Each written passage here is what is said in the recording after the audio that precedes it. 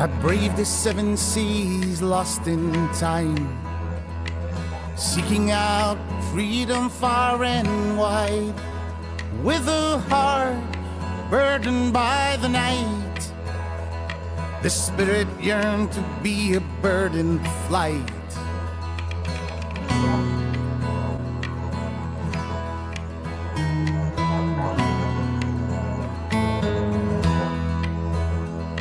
I found myself beneath the southern sky.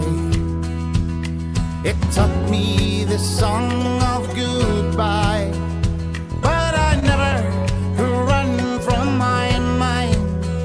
So I traveled deeper to find I belong to this land. I belong to this land.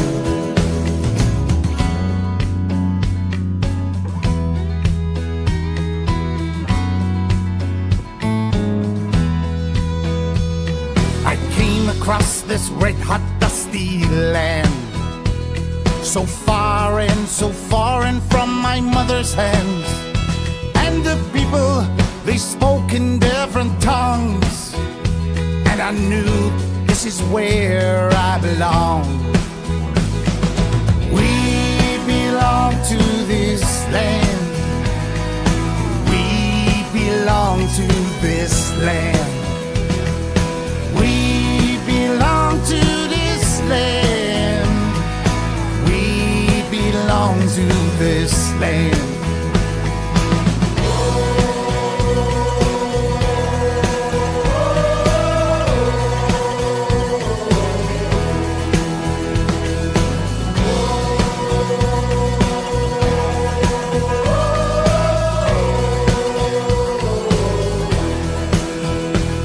This place we all call home sees me as one of its own, and no matter where I travel or how far, the dreaming brings a soul back to its heart. We belong to this land. We belong to this land. We belong to this land. We belong to this land. We belong to this. We belong to this land. We belong to this. We belong to this land. My blood.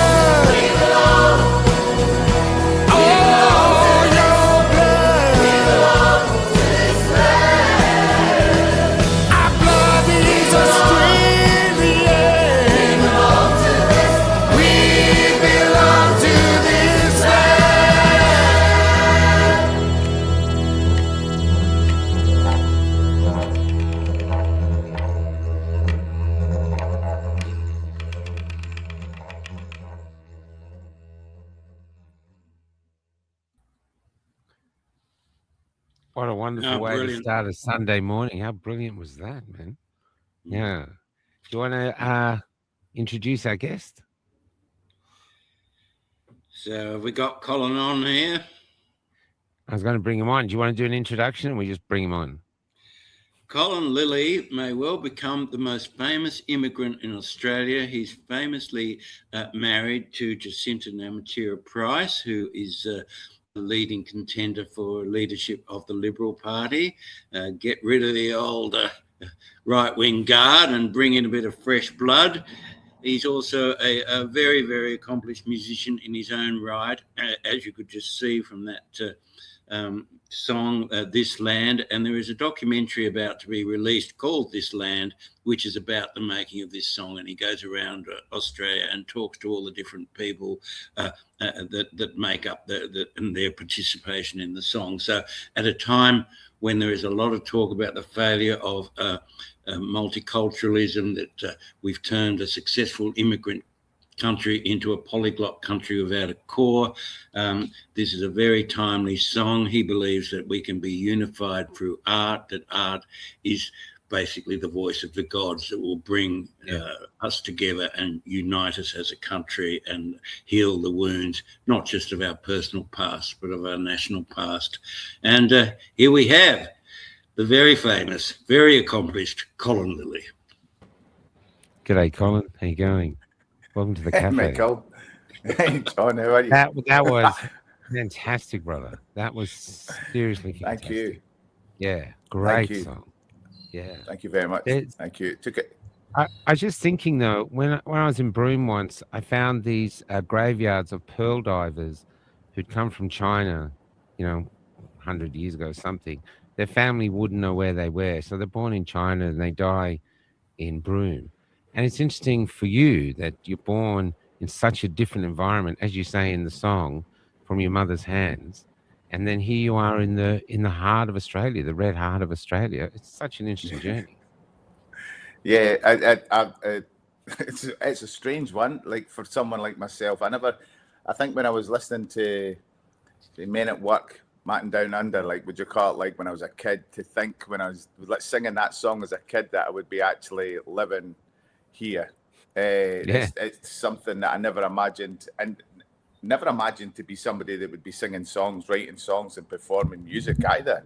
So that's the beautiful thing that I discovered. I guess if you look at the pearl divers, they're something that starts from a grainy sand becomes something so beautiful and priceless, like when it gets as it matures, So I feel like I'm like one of those pearls, like, I came to the desert, I got caught in the sand, I discovered my soul, and then I became this beautiful, like I'm grown into this beautiful thing that has allowed me to become the man I am today. And it's all because I was able to come to Australia. Yeah. You say in the documentary, sorry, Colin, you say in the documentary that this land greeted you like an old friend you didn't know you had. John, I can't hear you. John. Oh, you can't hear me? I can't hear you. I can't hear you, John. Oh, can you hear me? I can hear you, but I can't hear John. Oh, I can hear John. How bizarre is that? John, why don't you go out and come back in? That might fix it. All right. Bye-bye. I was talk about you. I missed the intro and everything.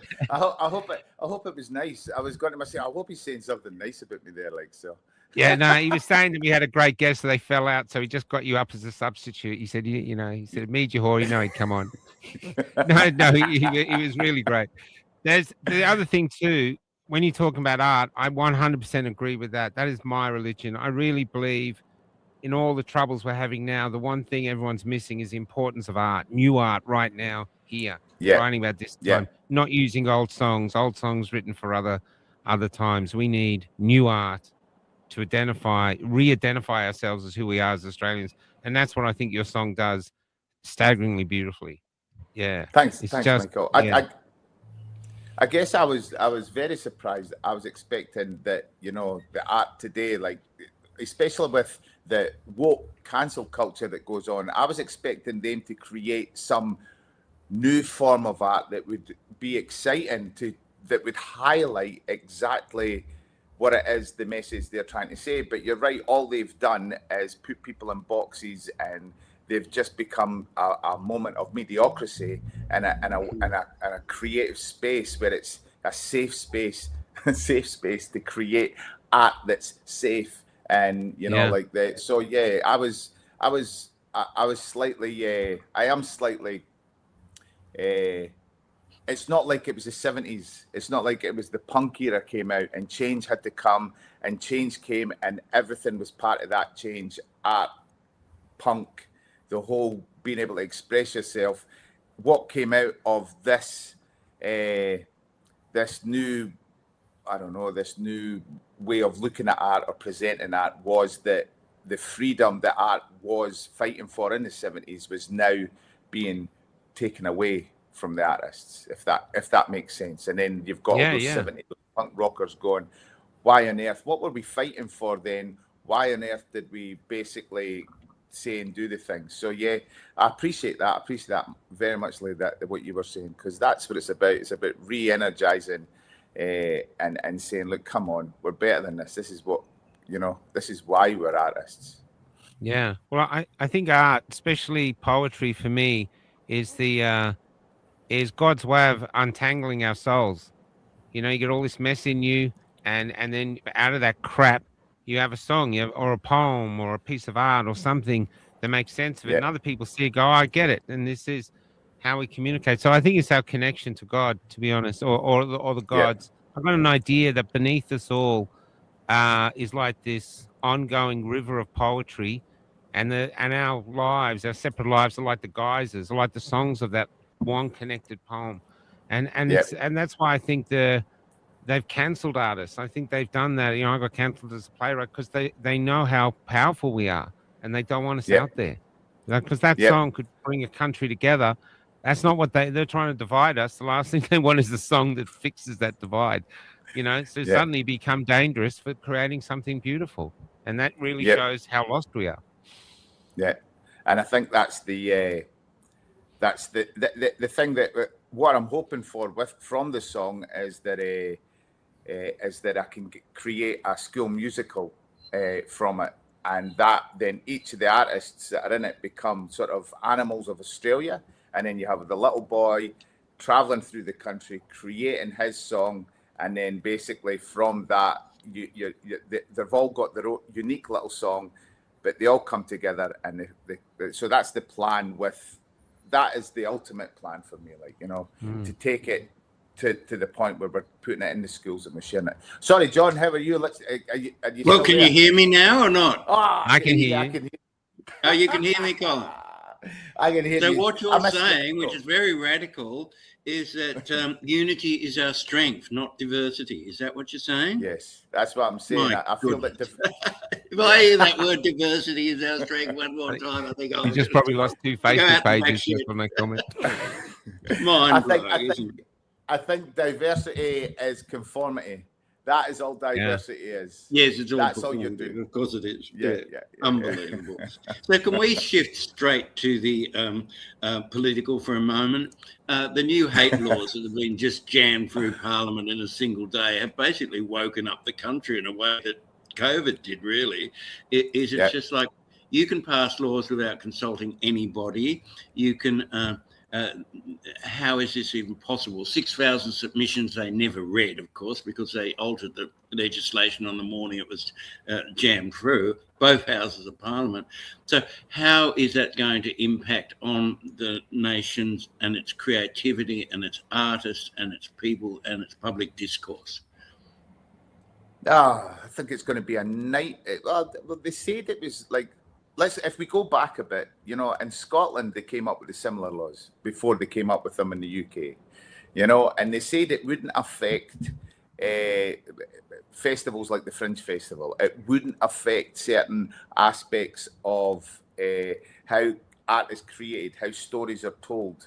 But it did. It changed everything. It took historical stories and they made them have to be told in a modern way, which was about the diversity. Let's do Shakespeare. And Shakespeare's been one of those things that's always been played around with. Artists have always played around with it. They've always tried to do something different so the story could be told different, so they could tell the story different, and they could tell it in their own authentic way.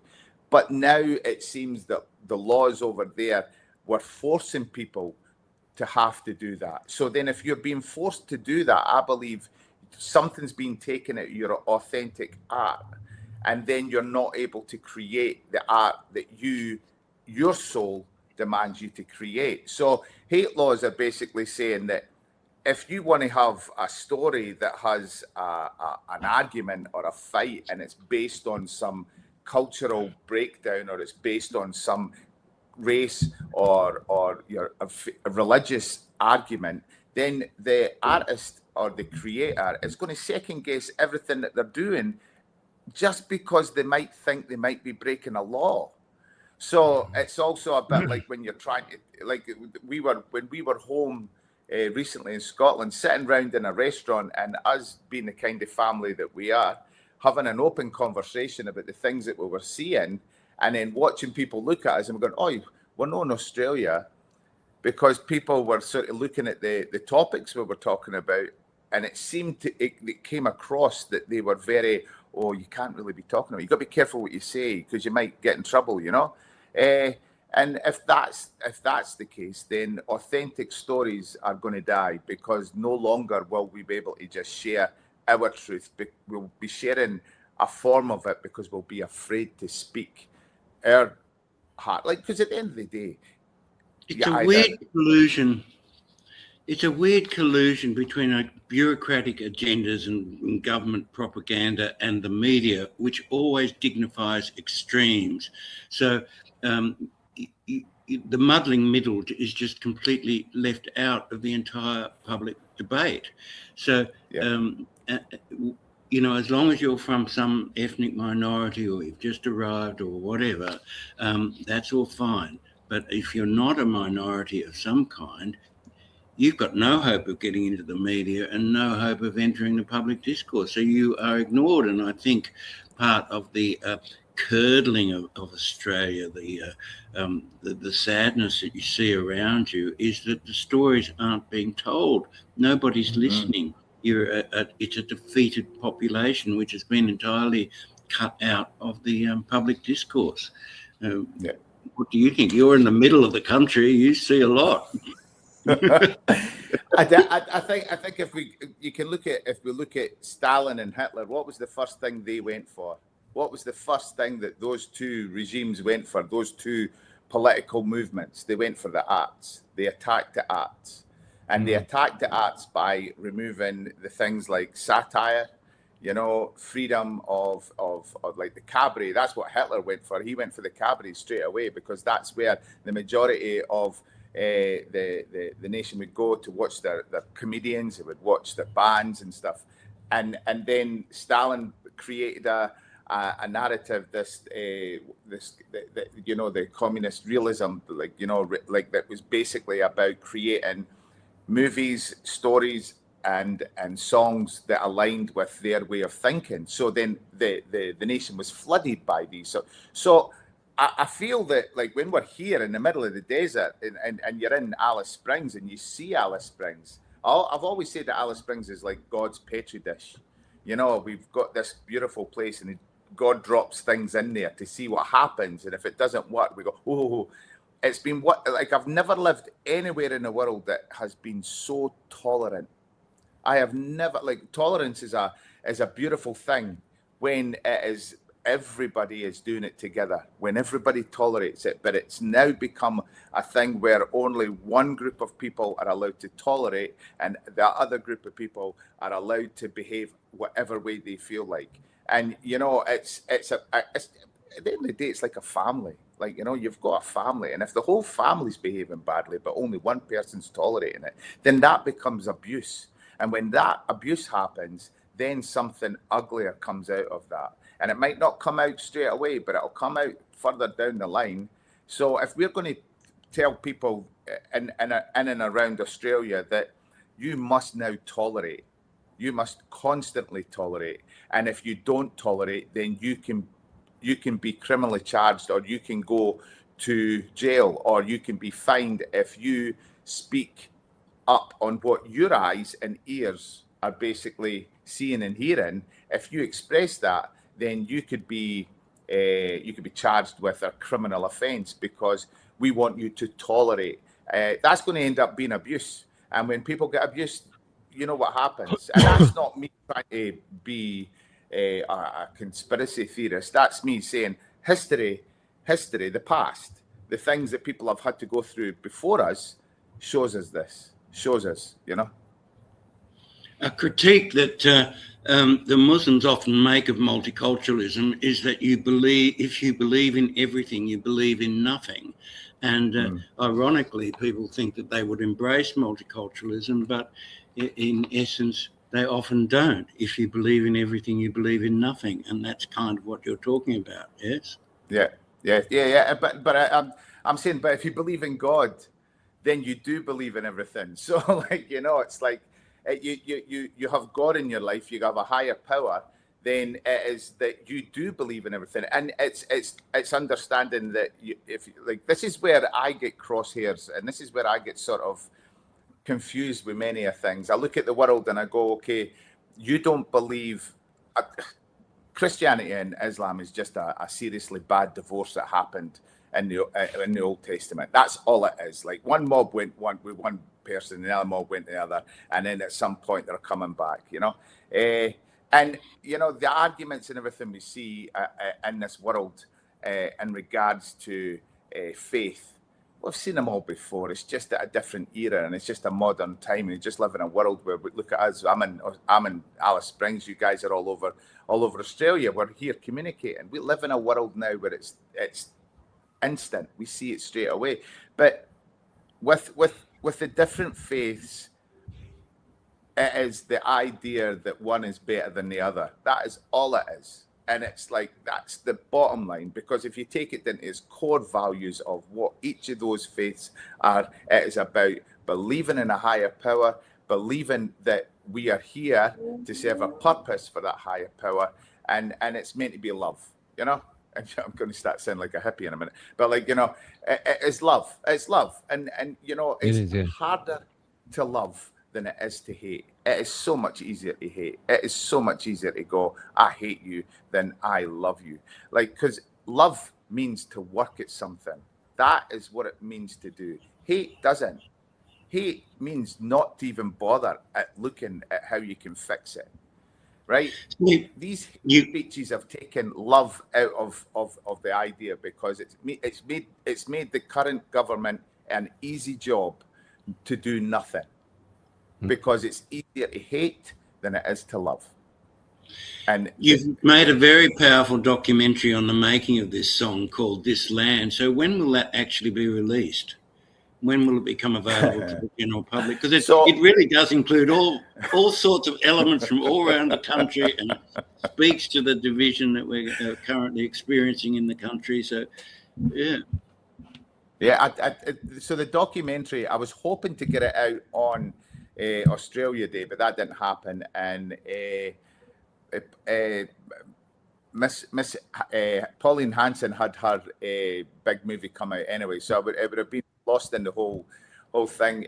So I'm in the process of attempting to try to get a PR plan up and running, because it's really, I feel it's so important to get this out to as many people, because it isn't just about a song. It's about what Australia means to me, and it also is about the fact that, you know, everybody has a story. Everybody has a story, and when people are told your story is not as important as that person's story, then that's when people start neglecting who they are, neglecting themselves. And I can understand why.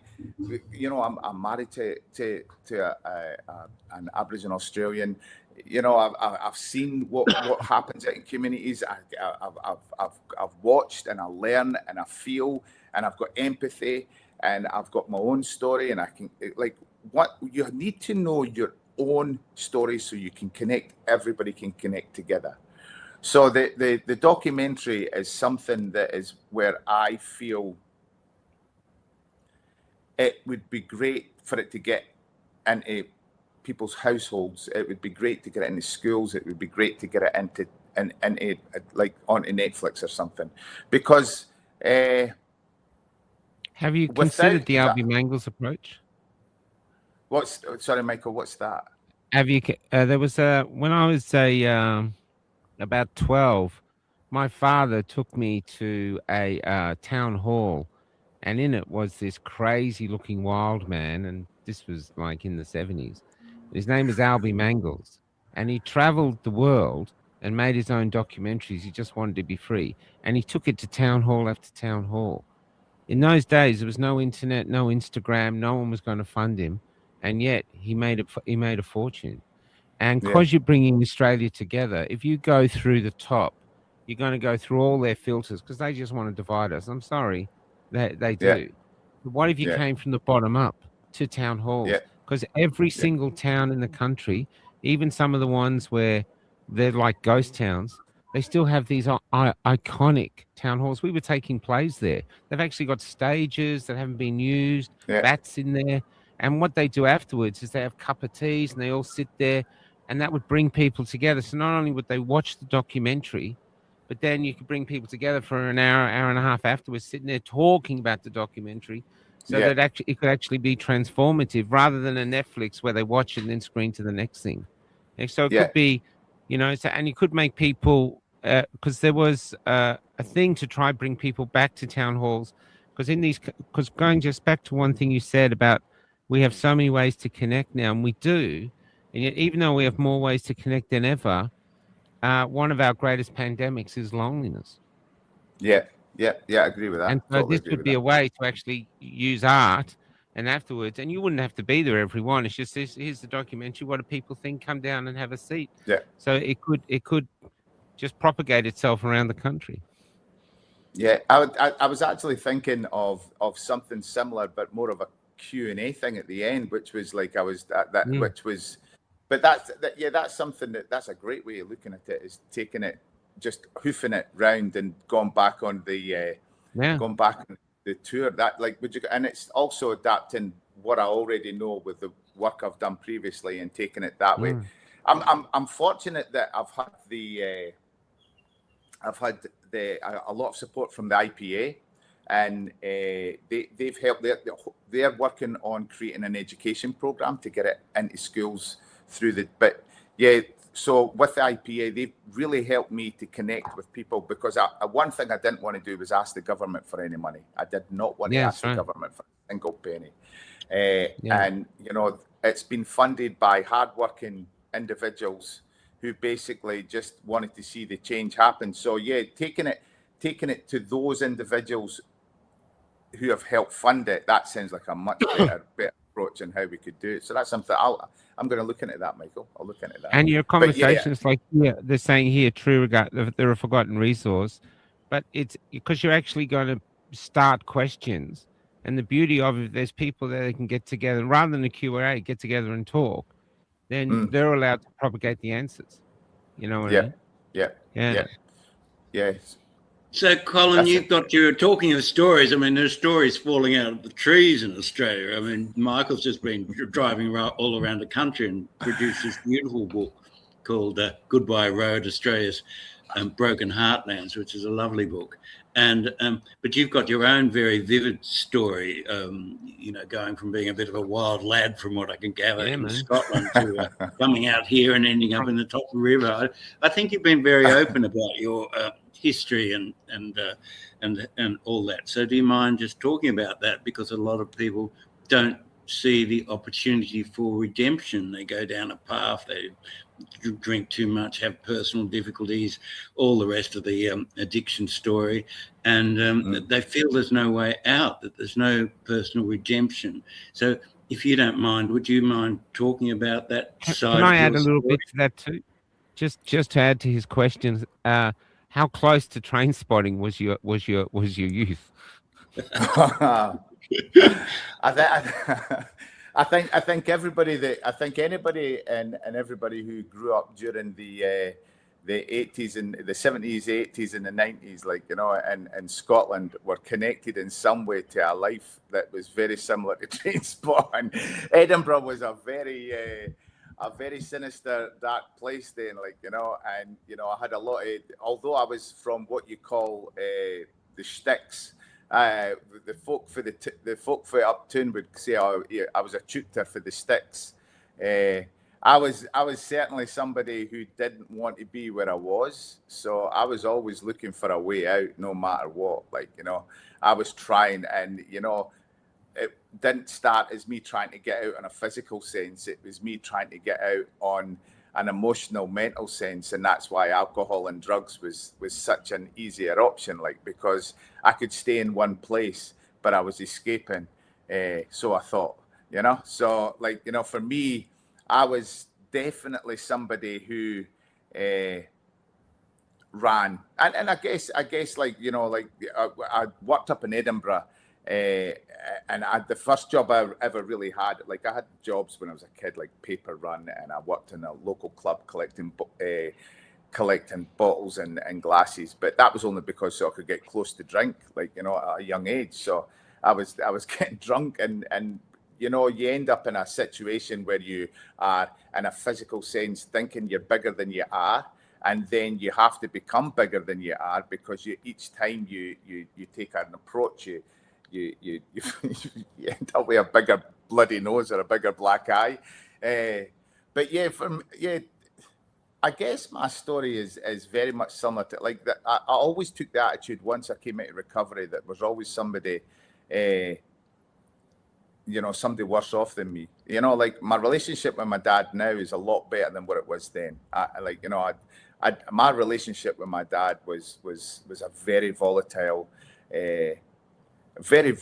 relationship. It was the kind of thing that, you know, he didn't know how to parent a kid like me. Had no idea, because I had no idea how to be a kid, because I grew up in a family where I had my mother who was extremely unwell. She had polio, post-polio, in and out of hospital. I had to help raise myself, raise my brother while my dad was away working. I had to learn to cook, clean. You know, they call them young carers now. It was just part and parcel of who I was. And you know, there was other people, like I had my cousin who was in the same boat. Like, you know, he basically, like but for some reason, my auntie Anne had this really positive attitude in life, where my family were a lot more down. And my dad used to just not be able to deal with noise. You know, as a kid, he would react to noise in a way that was impactful and quick, easy, you know, for him. And that was violence. Like, you know, violence was easier. And back then it was just seen as how fathers and sons were. And then, you know, like as I got to an older teenage life, from the age of 14, my passion in life was alcohol. And then when I got introduced to drugs, that was it for me. Like, you know, life couldn't get any better. It was fantastic. The freedom that I got from using and abusing was just crazy. And in between that, I would have life happen in between that, and I would play the victim, because of this, because of that, because of them. There was always a cause. There was always something that was in the way. And I never imagined that for 1 minute could I get out of that, like, you know. And I don't think I ever wanted to get out of that, because I loved it. I loved drinking. I thought drinking was the best thing in the whole world. It was like, you know, when you've gone on a long drive and you open up your gas, and it goes like that when you open it up, and you put the nozzle and you can hear the engine taking that fuel. That's what drink was me. It was my fuel. It's what I would go for. It's like, and I would get myself into stupid places and situations, you know, and you know, I know some people say, oh yeah, I had a problem with the drink. I slept on the street. Times I wouldn't want to go home to partners because I had just got too drunk, or I was too embarrassed. I would be, you know, growing up where I grew up, everybody knew everybody. So you would get dropped off by the local cops, and like, where have you been? You know, like, and by the time I was 25, I was in a world of blackouts. I'd wake up in places and that and go, how the? I remember waking up in Glasgow once. I remember waking up in Glasgow in this strange apartment, right? And I thought I was in Edinburgh. I woke up and I walked out and I went downstairs, and I thought I was going to get a bus back home, and I heard all these Glaswegian accents, and I went, "Geez, there's a lot of Glaswegians in Edinburgh today. What the heck's that?" Like, you know. And you know, before I knew it, like, I went, I'm in Glasgow. How the hell did I get to Glasgow? I woke up in Aberdeen on a bus going to Aberdeen with the scariest looking man I'd ever seen in my life. And he's having this all-out conversation with me, and I'm going, man, who are you? And he's going, oh, we're going up to Aberdeen. We're going to meet some people. And I'm going, meet some people? How did I get here? Meanwhile, I've got people looking for me because I've been missing for 3 days back home in the village. Like, where's Colin? Like, nobody's got a clue where I've gone. And then I come back, and then like I've got my tail between my legs, hoping that that'll be love and open arms. But yeah, there's only so much people can take. And then it was my mum that basically said, look, you know, I met this Irish girl, and my mum said, look, you need to leave. You need to go. You know, you need to leave. If you don't leave, you're going to be dead. You're going to be in jail, or you'll be in a mental institution. You will go mad, and give us back our telly, please. You're not selling that for your drugs. So, like, what you call, like, you know. So, like, there's that an kind old of thing. expression, Colin, you know, once an addict, always an addict. What do you say to people who say that sort of thing? Oh, I think, yeah, like, I guess there's once an addict, always an addict. If you forget you're an addict, like, you know, you can never, like, I'm a great believer. Like, I've got a good friend who I've just been hanging out with in Adelaide. He does a lot of recovery. He's a nice, he likes to say he's recovered from his addiction. But he is working on himself. So I like to say, each time I achieve something, it reminds me I'm still in recovery. Because from the age of 14 up until the day that I woke up in Alice Springs, everything I ever did in my whole life was alcohol and drugs. Everything.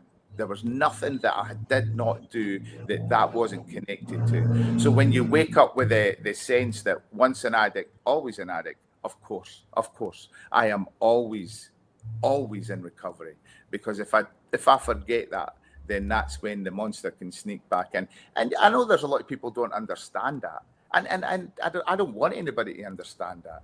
What I'm proud of is the family I have now and the life I'm living right now, because I am an alcoholic addict, because I am in recovery, and because every day I get up, I try to be a better person. And that's what God expects me to do now. Do you think there's a nexus between this sort of very raw experience and your current accomplishments? You know, well regarded as a musician, and a lot of this raw experience came out in your album Glass Homes, for instance. Do you think that's, if you hadn't had that experience, you wouldn't be the person you are today? Absolutely. If I hadn't, that's a bit like saying, it's a bit like looking at life and saying, okay, I'm just going to drop you in this situation here and you are going to be this. And it's like, well, I can't be this unless I had done everything that came along, you know. I cannot be, you know, excuse me, you know, my wife is in circles that I'm like, what in the name? Like, holy moly. You know, like, what you call it? But the thing is, I'm along beside her because of the man I am, not because of anything else. She loves me because of all that. She loves me for what it has brought to our family, because what it brought to our family was an experience, a lived experience that a lot of people need. And our family needed, and I needed her lived experience so that I could see that I'm not alone in this world. She's such a glamour, you know what I mean? If she's in the room, she's such a glamour. She's got that natural charisma. If she's in a room, everybody's looking at her, and it's amazing. She is. But John, you don't understand. Colin, can we just go back a tad? Because you were saying it was so profound that everything was drugs and alcohol. Everything was just the norm, really. Yeah. There must have been a catalytic moment where something suddenly made you go stop, or did it happen over a period of time, like a few catalytic moments, or was there something that just hit you like a brick? There's been a lot of bricks hit me many a time in my life. Like, you know? You're from Edinburgh. Of course, there's been a lot of bricks. How you communicate. It's like your mobile phone. Hey, Colin. You know, you'd be at the pub, and the next minute there'd be somebody flipping gone for a go, and it's like, all right then. But yeah, there's I guess for me, my catalyst was waking up in the Todd River in Alice Springs, being kicked in the chest by an Aboriginal woman. An old Aboriginal woman who thought I was dead. You know, she thought I was dead. Like I'd been on the sauce for 3 days. I didn't know where I was, and I got kicked, and I lay there, looking at this old dear kicking me, and she told me I needed to go home. I don't belong here. And she looked at me and she genuinely said, I don't belong here. And my partner at the time, my son's mum, I remember being on the phone to her dad and saying, I just can't do this. I just cannot do this. Like, would you go? He says, well, go home and everything will be all right. And so, and I remember saying to myself, you never came all the way across the world to bring the same problems that you had over in Scotland here. You have been given an opportunity to have a better life, to have something better, not just better for you, but better for your son. And I remember sitting. It was the worst. I've never had a hangover like it again, because it was my last hangover. And I remember looking at my son and looking at. I remember looking at the bottom of the toilet and then looking up at my son, because he was only nearly a year.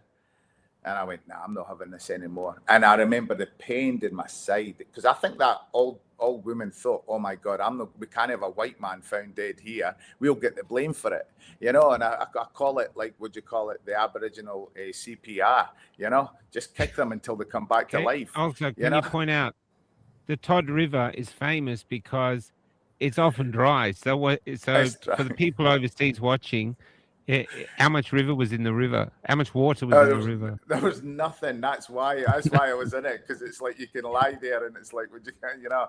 So I must have passed out. But yeah, she was kicking me in the chest, and she was just basically. And I wanted to belong here. I wanted to live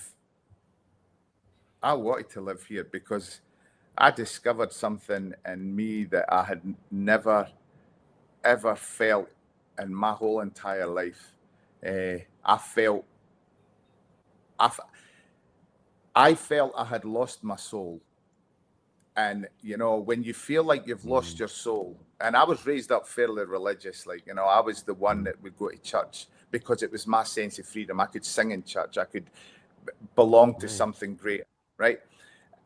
I thought I had lost that because I'd walked away from God. I'd walked away from my faith.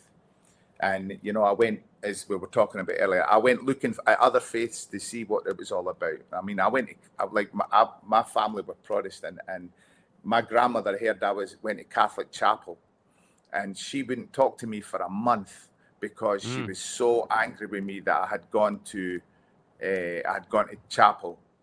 And I was just trying to tell her that I just wanted to understand what all the arguments and all the fighting was all about. So yeah, I had. Can I just interject there? Sorry to be a pain. My parents had to get married in the back of a church in this tiny town in Wales because Mum was Catholic and he was Protestant. And the priest told them, "You will never last," because people in Australia don't realise the Protestants and Catholics are at each other's throats. They've just had their 60th wedding anniversary. See. You know? That's because they came to Australia and they could see the. Yeah, but that's I'm just saying. I was the same. You know, you're going to church. This was it, and it was really strange division because we were actually the same religion. We were Christians, and yet it was so divided. Yeah, and that's the thing that I'd felt I had given up, and I didn't realize that God hadn't given up on me. So then going, you know, having that point of that awakening, looking round at my son. And going to myself, geez, nah, that's not what I want. So the catalyst for me was being kicked in the chest by an old Aboriginal woman telling me I didn't belong, and me having this hunger. And you want to know, John, like I'm not afraid to talk about these things in the open because it is who I am. But it does worry me on who my wife is and how people can manipulate that, so that they can use that against my wife, you know, because that is the world we live in. You know, there's always that. And that goes all the way back to what we're talking about at the very beginning, the hate speech laws, you know, not being able to be your true authentic self because you're afraid on how your true authentic self may be read and may be, you know, adapted to somebody else's narrative. And that's the beautiful thing about my wife. She basically says, no, you be you. And we'll be us, because that's how you do it. That is how you do it, and that's how you get your 60 years being married. That's how you get your your recovery by being. Well, we are in this weird age of a puritanism that, you know, people are expected to be spotless in the public light, not to have had any past or any misguided assignations or whatever. And so you get this incredibly bland people in Parliament that really have no backstory, no history, no experience with life. Nothing's ever gone wrong for them. They have no capacity to understand the people that they are supposedly representing. Look at the state of politics today. It's as colourless and as dead. And look at the fight going on in the Liberal Party for leadership. It's just, what a bunch of, you know, old right-wingers battling it out for the prize, which is a sinking prize because the Liberal Party is collapsing. So this might not be appropriate to ask, but the Jacinta Price for PM Facebook pages is shut for the moment. Do you know why?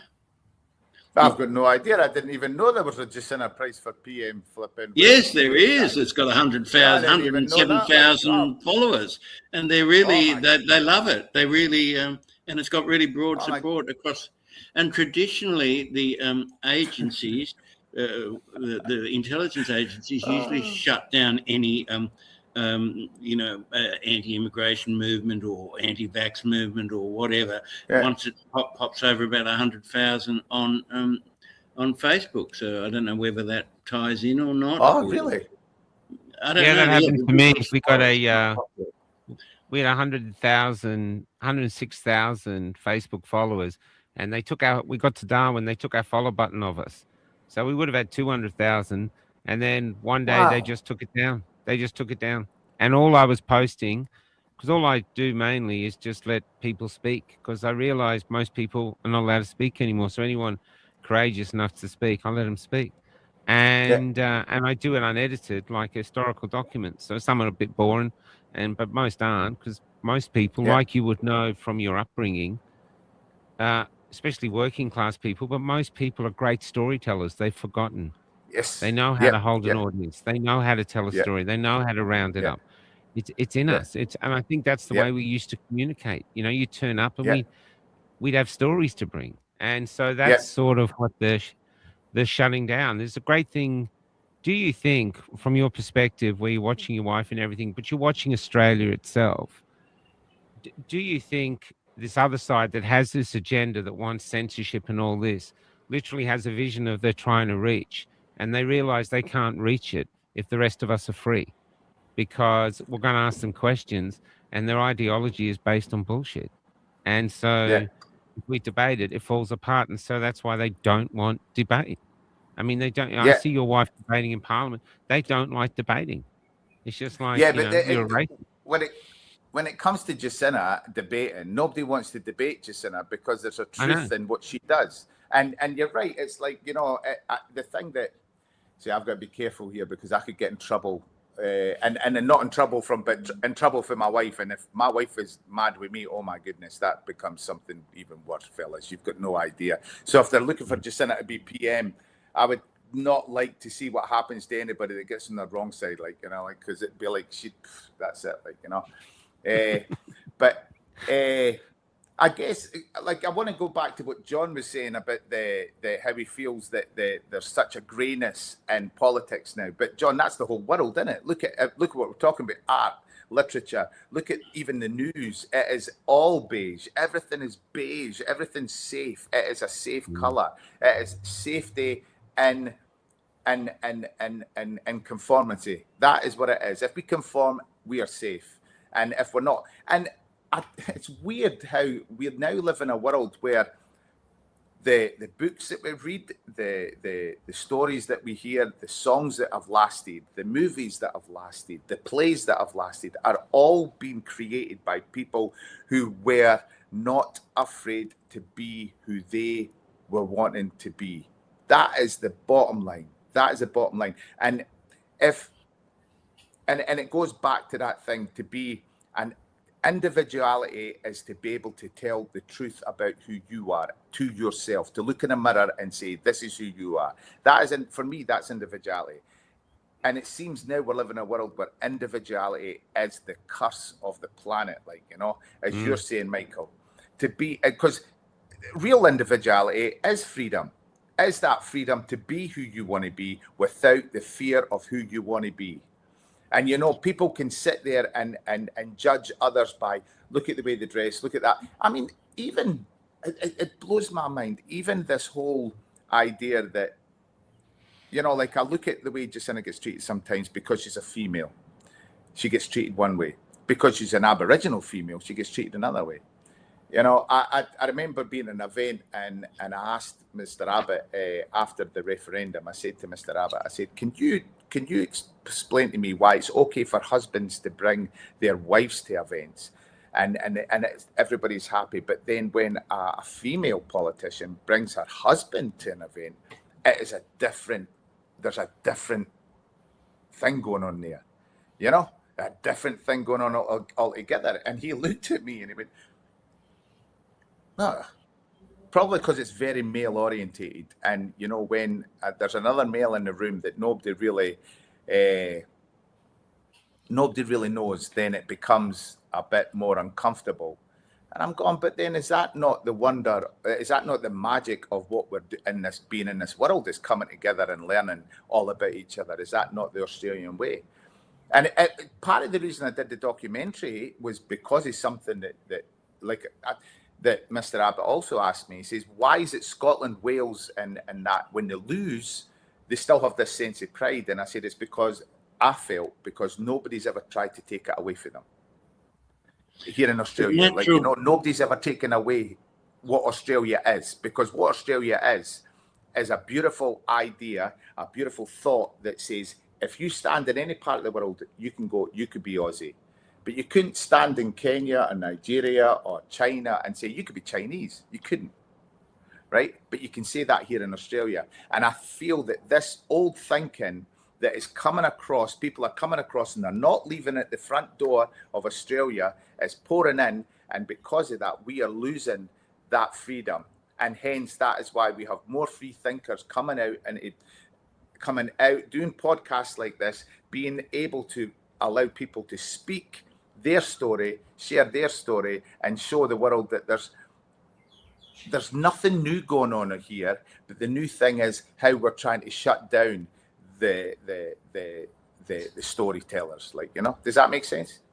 Yeah. Oh, I think the natural productivity and creativity of the Australian people is just being absolutely crushed, and that the totalitarian instincts of this government to control and censor people and to crush free speech is an integral part of Michael's been to go right around the country and talks constantly about how we're basically looking at a defeated population, that people are shuffling along, that they're sad, you can see it in their faces, that it's a defeated population. And a lot of this is censorship and control. They're constantly told that there's something wrong with them, that the national history is to be ashamed of, that being male is to be ashamed of, and so on and so on. So, yeah, I think free speech is really at the core a lot of our country's decline.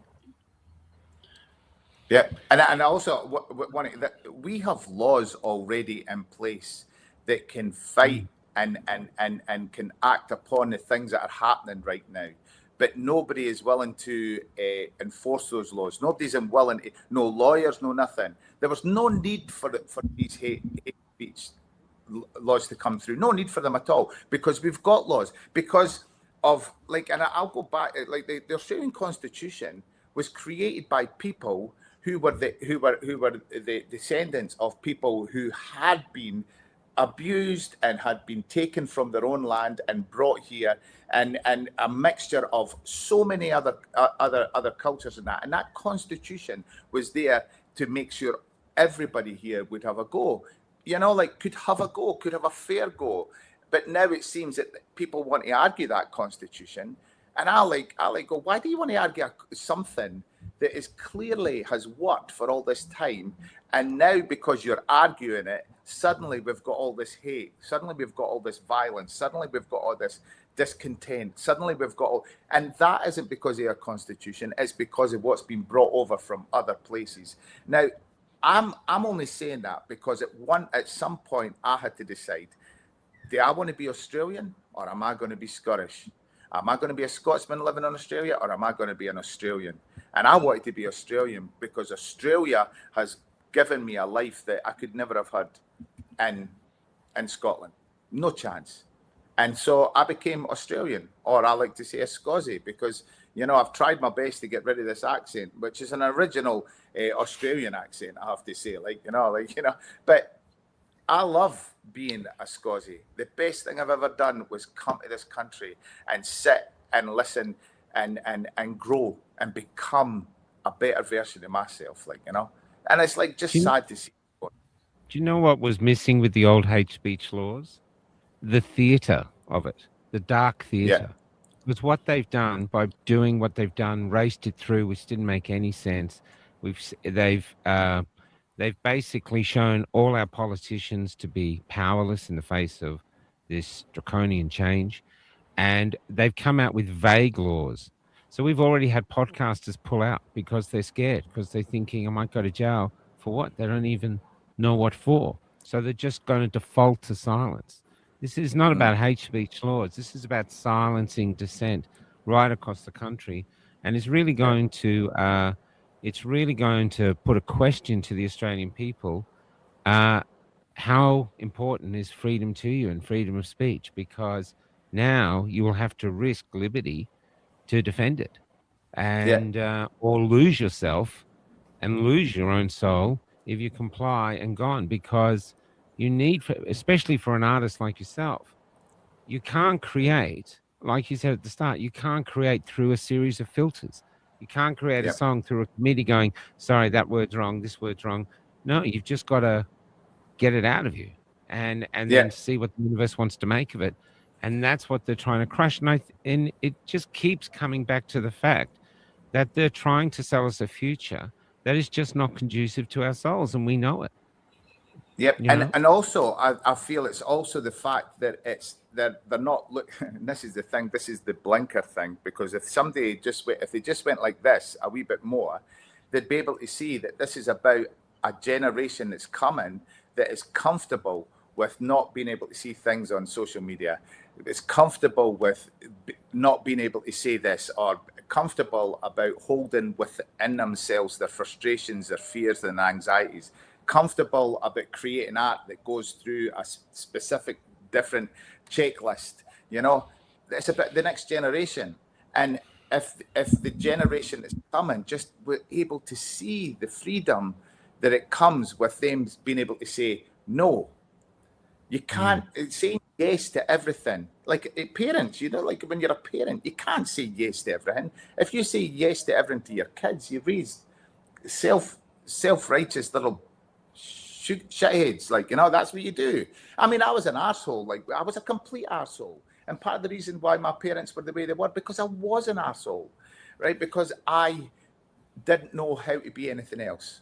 And that is what's going to happen with the next generation, is that they will not know how to be anything else but people that are censored, people that are told you can't say this, people who are afraid to speak that. And it's just, sorry, man. Sorry, no. I'm very, there is good people and doing their best. Like everybody who goes into politics, I believe they go in for the right reasons, like at the start. And they are the best of us. In Canberra, they are meant to be the best of us. They are meant to be the best of us. But it seems that we are losing something in that process in between, for them to become the best of us. And that frustrates me, because I watch people who are trying their best get nowhere because others are afraid. The fear that people have is just, and I know what it's like to live in fear. I think we all know. I think we've all had our own personal battles, but it's knowing that you're afraid, facing it and doing it anyway. It doesn't matter if it's the right way or the wrong way. It is doing it and coming at that end and saying, we could have done that better, but let's look at it the next time. Let's work and push through without the fear is just, as you were saying, the sadness, the people who are just do not look as if they are enjoying this small time we have here because of fear. That is sad. Yeah. That saddens me. Fear is the virus, courage is the cure. We've said that from a early March straight on, and it's the truth. You're in a domestic abuse situation, or the victim is the one with the power, really, when they get the courage to say enough, stop. And I do wonder if Australians are getting to a point. Maybe they're scared of violence, but I don't think we need violence. We just have to go enough. This is unacceptable. You know, we live in the shadows of the shrines. We owe those soldiers an obligation to the freedom they gave us. It wasn't ours to give away. It's just ours to defend and propagate. And we've given it away. And I think as a generation, and maybe that's why there's so many mature people in the movement, as a generation, I think we have an obligation to bring these freedoms back: freedom of choice, freedom of speech, and understand what they are. Because I think they're parents to another freedom, which is what your journey of. So you've led your own life. You've been the navigator of your own life. Even though you took the alcohol route or the drug route, even though you did, you're still the architect of your own life. Freedom of choice. And then you're an artist too. So you're writing what you're doing, and freedom of speech. Those two parents give birth to you, the freedom to be you. And then that's what you're here now. You're bringing, this is who I am. I've been on, I don't know how old you are. You've been on this journey for this long, and this is who I am now. And you've reached here through the freedom to be your own navigator. And we're robbing that from the next generation. As if to say, no, we're going to tell you how to live. We're going to tell you how to think. We're going to tell you what's right and wrong. It's a recipe for disaster. There are people now in this country who are worried about going to jail if they criticise the Prime Minister. I mean, that's insane. It's completely insane. Albuquerque. It's a national hobby criticising the Prime Minister. What the heck? And let's be honest, like, if you're going to take on that role and you're going to become that person, then you should be criticised or you should be praised. I'm sure he would take all the praise if it was coming, but you should be criticised. That is the job you're in. Like, you don't go, like, if you're doing a job because of where it puts you, and not because what you can do when you're there, you shouldn't be in that job. That's the whole purpose. Like, that's why people at ground level get fired. They get fired because you're not doing the job. Like, you're not doing it well enough. Sorry, you've had your 3 warnings, you've had your letter. Away you go. See you later. You know, that's the whole point. Like, and that is what life is all about. Life, like, I do not want to see my 4 sons afraid to live life just because life is being branded as being this. Now, I think civics are not being taught in schools, and they need to be taught in schools, because we need to teach our kids that you are free, but to be in a free nation, you need to lose some of those freedoms. You know, that is the thing. Like, you know, if you break the law, you go to jail. Great. Just let's not have stupid laws, like, you know, but, you know, and I feel that because we've removed religion from education, we've lost a moral battle, and we live with these modern ethics, but morality is only taught through faith. You can only learn that real deep morality through understanding where it all came from and why we have those. And I mean, we're not asking kids to become born again Christians in that. We're asking them, just look at this book. This book here is the reason why, oh, that book's wrong. Well, that might have been wrong, but they changed. They moved on. They moved up. Then there was another group of people that came along and it changed. They moved on. But the one thing they did keep was these 10 rules here. 10 rules. I mean, I went, like, you know, like we all have rules that we have our own morals in our own head. And as you said, Michael, you can travel a life whatever way you want, but you're traveling it with your own sense of values and morality in there, you know? And as you said, John, in regards to people that are in Canberra, you're feeling that there's a lot of them who are just beige in that. That is because they are not following what they believe. They're following what I feel anyway. They're following something that they believe is greater than themselves. You know, like they believe in something and they want to see it grow. But unfortunately, that's not working right now. And we just need to get, when I'm not a bit like, I was getting a bit passionate there. It was getting a bit close to me. I could have been getting a bit amazing. of a talking to for the wife, like, you know. That's hard, man. As the first man, you got to go back to swatches. What do you think? Beige, or beige? I'm not being. I'm like trying to go to myself. I'm trying to say, oh, Colin, like, you know, but you know, I didn't want to be black and blue, like, would you call it? So I might just stay a wee bit on the flipping purple slide, you know.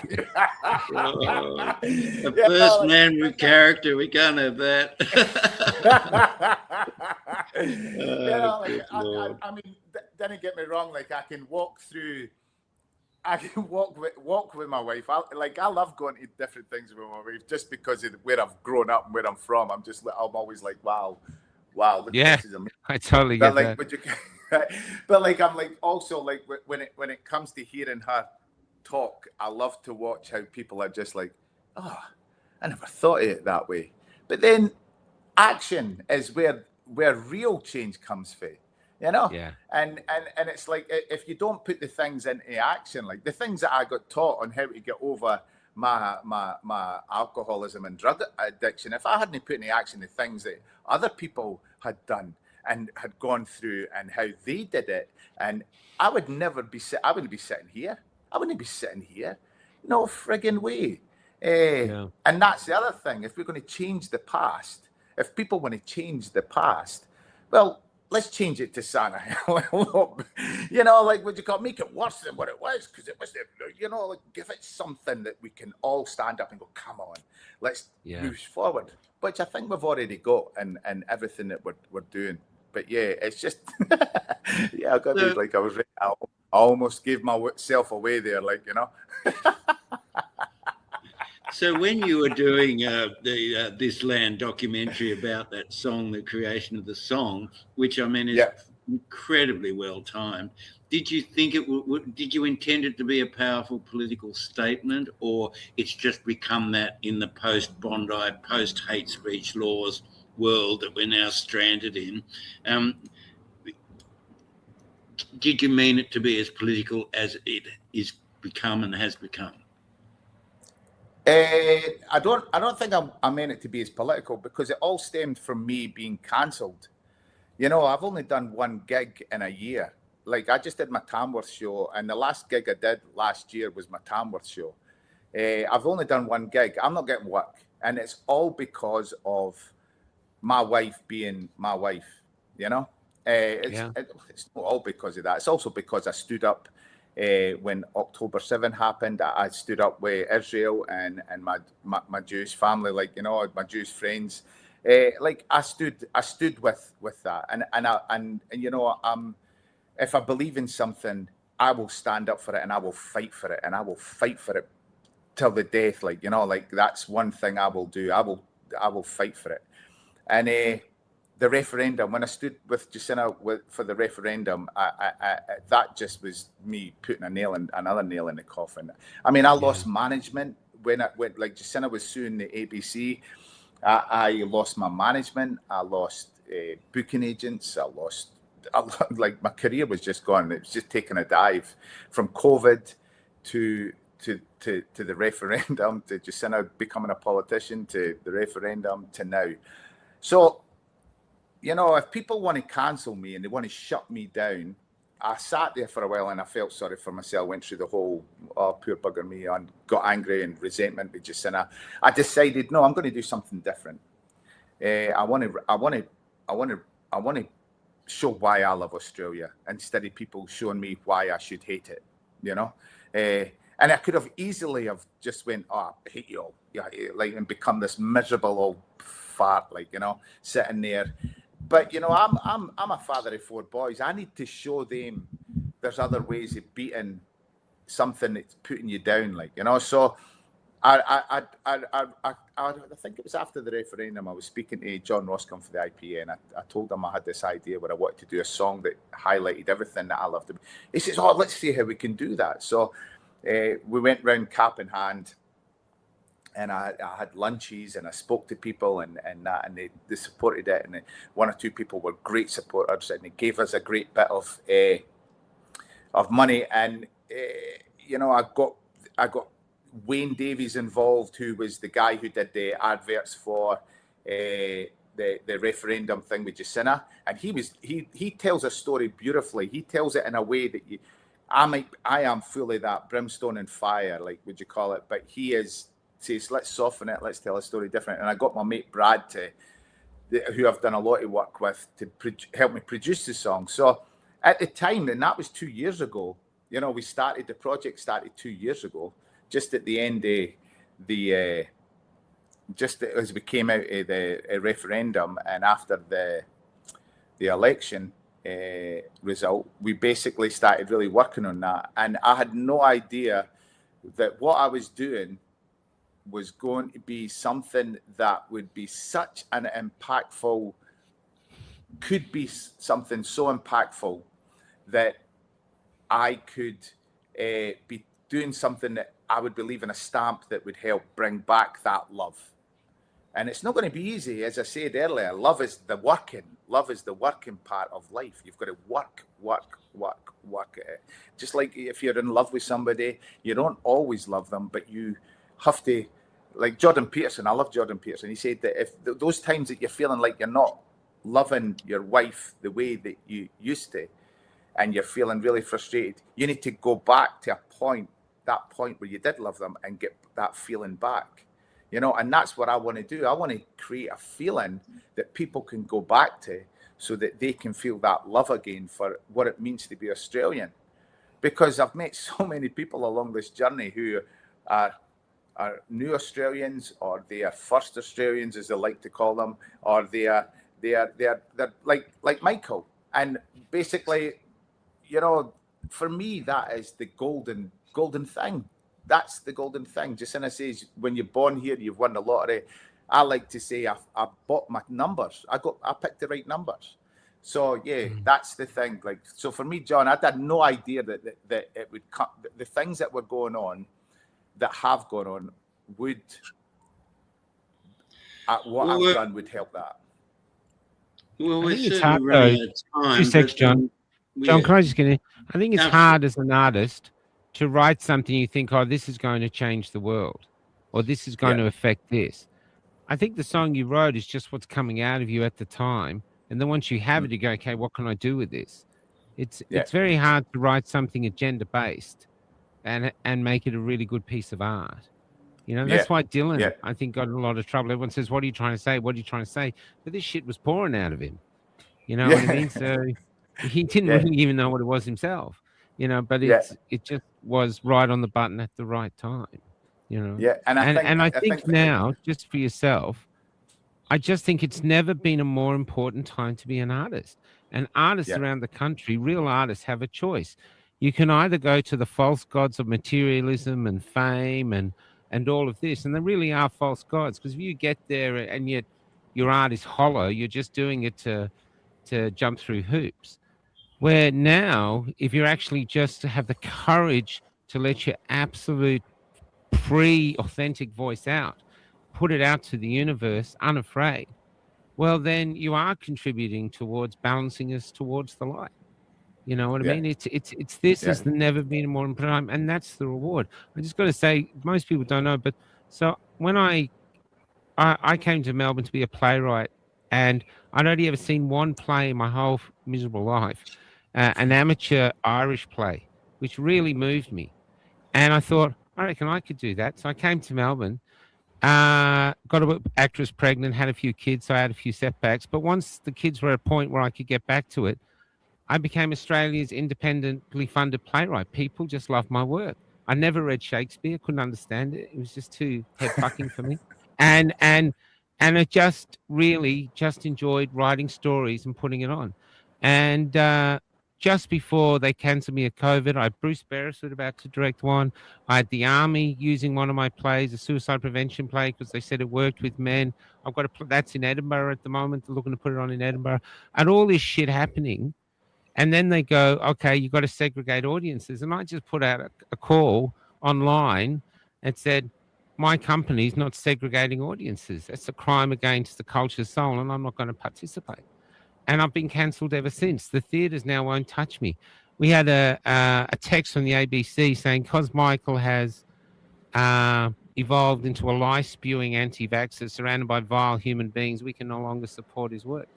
And so I'm cancelled. But now I live in this bus, just drifting around the country, listening to a voice inside me, and I've got a Starlink, I've got a generator, and a little bit of funding, hardly any, and I reach 6 million people a month.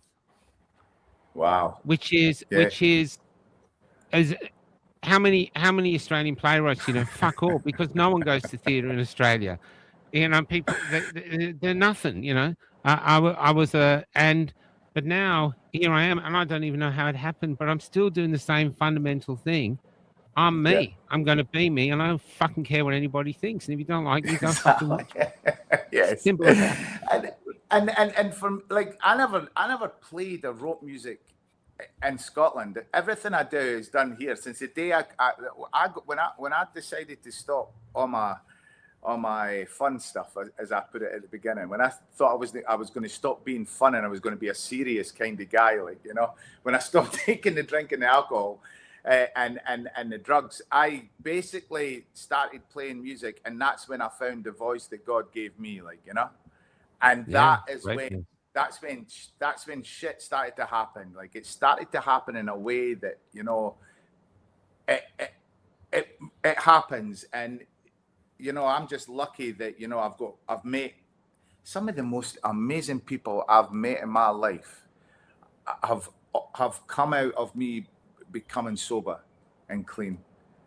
Because one, I remember them, and two, I can hear their stories. I can hear what they're saying, and listen to what you've gone through, Michael, and also when I because John and I met when I was supposed to be doing this TV series with ADHTV, where I was going to do this thing where I interviewed a whole load of people. But ADH just went through a change. There was things happening, and it never happened. So, and I got to meet John and hear his story and hear what he was doing. And that's when I realized that things were just coming to life, and that is it is one of the best things to realize, that you're always growing, and that if we are to sit stagnant and not think about change, as in if we think that we are better, we get to a point where we're better. I'm better, would you call it? Then you are not. You need to remember, change is always evolving. It is always evolving. Doesn't mean you have to change your fundamental depth and who you are, but the fundamental change of moving forward, that's what it's all about. I know John wants to go, but we have a live audience here, and Linda Costa wants to go. I wonder how he and Jacinta met. Does she want which story does she want? Because there's a couple of there's a couple of good ones. Would you call? Do you want the real one, or do you want Colin's made up one? Because Colin's made up the one that involves the sex tape will be good.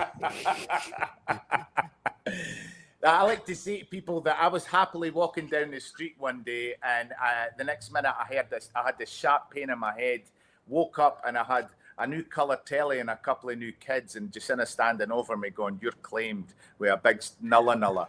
But it's not as exciting as that. I was playing a gig in a place called Annie's in Alice, and I was with my offside at the time, and Jacinta says we had met once before in the A&E accident emergency, and basically we had both our boys, but the day I remember seeing Jacinta was I was doing a gig.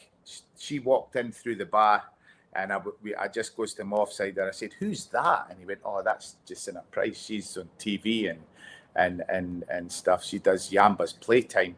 And I said, "Really?" I says, "She's amazing." I said, I'm going to marry that lassie, And he turned around, he just turned around and went, "Yeah, whatever." He says, because whatever, yeah. Yeah, they're playing there, and here I am. You know, like here I am. You know, I know it sounds completely corny and just those mad things, but as John was saying earlier, Jacinta fills up a room when she walks into it. You know, she fills it up. She's got this magic, like, you know, Jacinta would turn around and say, when Colin's on a stage, that's what he does. You know, like, so the two of us together, just something was happening. Like, you know, like for me to come from the life I had from the other side of the world, discovering my soul underneath a rock in the desert of Australia and Alice Springs of all places, and then to meet Jacinta, and then Jacinta to be where she is, that I had no control over that. No control over that at all. That was God's stuff. That is God working. And like, I don't care what anybody's going to say, yeah, you hear a bit. Not to me. That, where I came from, yeah. To just, don't go all mushy on us. The most profound question of the night from the audience is, do you dye your moustache? People want to know, do you dye your moustache? Thanks. I tidy it up because the wife, I was in Nashville and I was doing a photo shoot thing, and this woman came up and she says, I want to do something to your beard. She just tidied up all the dark parts, and that's how all the dark parts come out. And she basically said, that's how your beard should be. And I came home with it, and Jacinta went, you're keeping that. Because one of my favorite stories is Wind in the Willows. I love Wind in the Willows. Like, I've always loved Wind in the Willows, like, you know. And I've now got to the age now where I'm Jacinta calls me a badger, you know, because I'm keeping the old ways, like, you know. Well, Badger, we're out of time. It's been a really wonderful interview, and I really appreciate you coming on. So any final words? What's the future? The country, of course, is in obvious need of healing, and let's hope that the song, This Land, and the doco, which is about to come out, and you and your lovely wife will all be a part of that national healing. So any final words? Yes, thank you so much, James. It's been a beautiful, and Michael, beautiful. I like John, as always. I love sitting with John. John's like this incredible, he's got this knowledge that when you sit with John, it just comes off with it, and you're like, where does that come from? But Michael, it's been so beautiful to meet you too. I just feel like when we, it's been like it's not really been like an interview. It's just been shooting the shit, really, like, you know. And I feel that this here is what more of Canberra need to do. You know, they need to just shoot the shit a bit more and just say, all right, then, this is what, and I hope that's what happens, because I really have enjoyed just, you know, there's always, you know, just being honest with one another. If you can be honest with one another, like, what you call it, that's the thing, like, it just, and that's the authenticity, that's the bravery. And if everything does go to shit, I'll make sure I'm in the same jail, what you call it, block as you guys, and we can all hang out together and read a few more books and that, like, you know.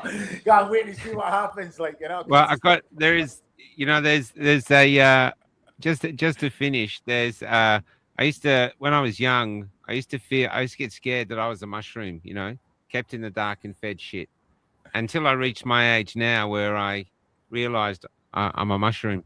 And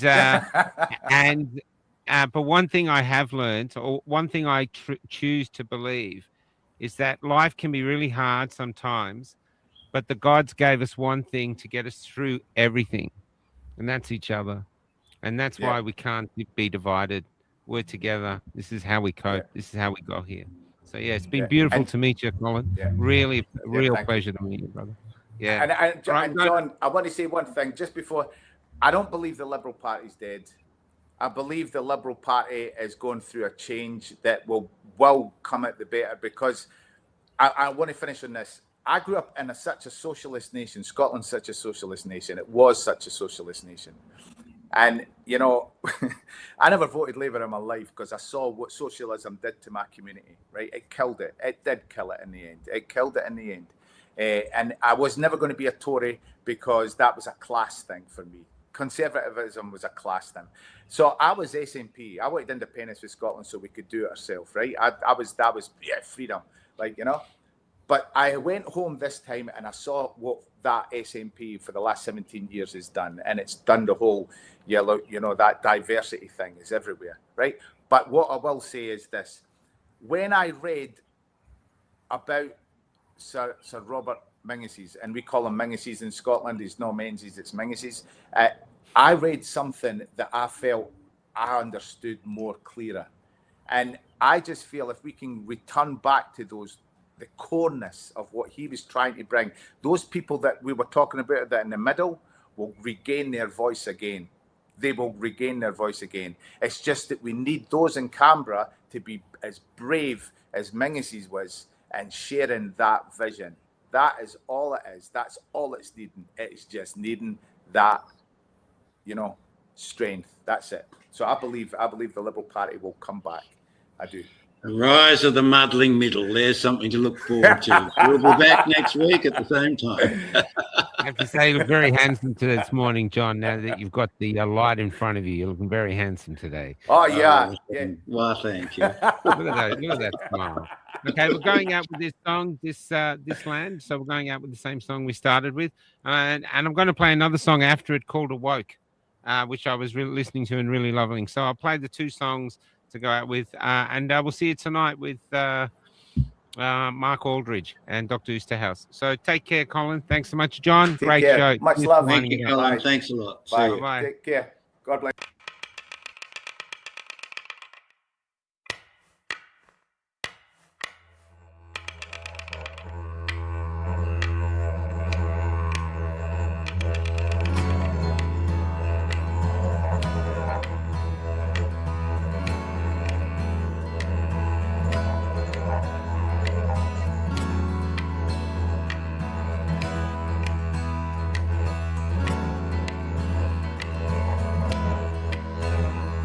I braved the 7 seas, lost in time, seeking out freedom far and wide, with a heart burdened by the night.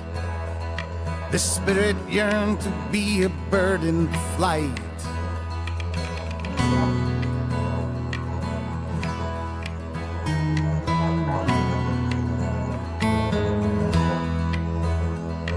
I found myself beneath the southern sky. It taught me the song of goodbye, but I never could run from my mind. So I traveled deeper to find I belong to this land. I belong to this land.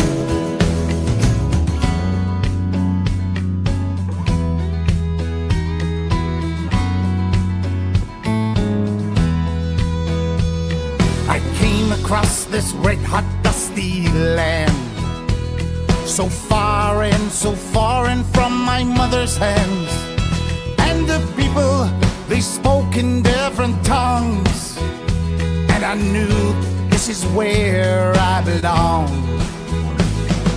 We belong to this land.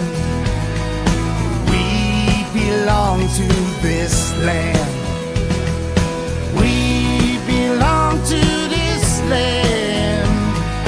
We belong to this land.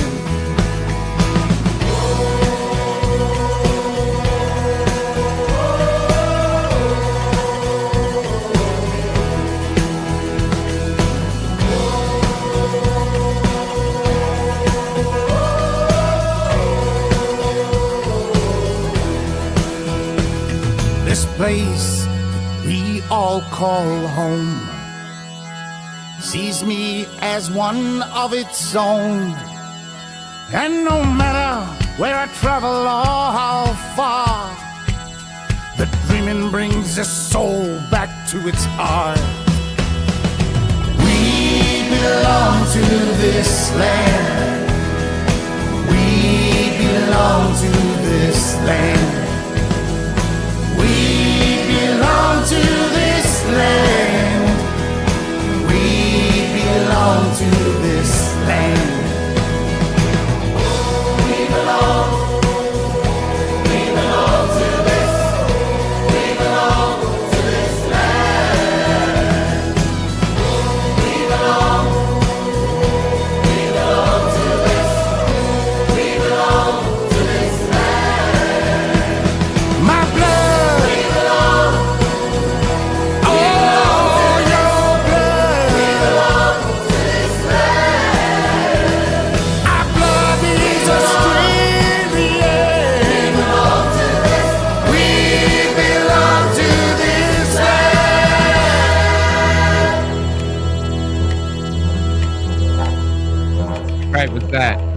This is a second song called Awoke. I've listened to this a few times. I really love it. So have a listen to this. Oops. Twisted like a beast, I was seeking out a new day. Yeah, fear ripped into me, wouldn't take what I was offered, 'cause I felt I don't belong. But I wanna see your face now, 'cause I wanna feel like home. Drum in my chest is pushing me forward. And all I'm asking is all I need. The clock has me hanging for your love. And all I'm asking is for my peace. We'll run through the old town, dancing with the shadow, and we won't fight with the past now, 'cause it's lying in the fallow. And if living is for forgiving, go easy please, 'cause this desert's like a blanket, and its dreams are killing me.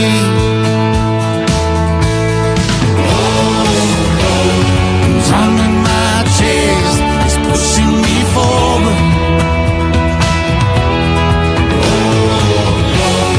And all I'm asking is all I need.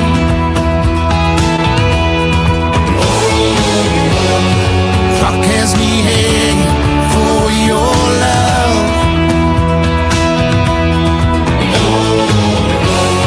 And all I'm asking is for my peace.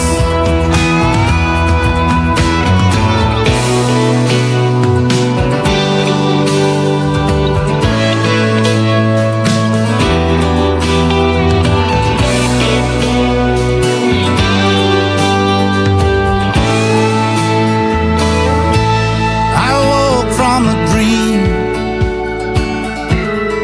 twisted like a beast, feeling like I'd found a new day,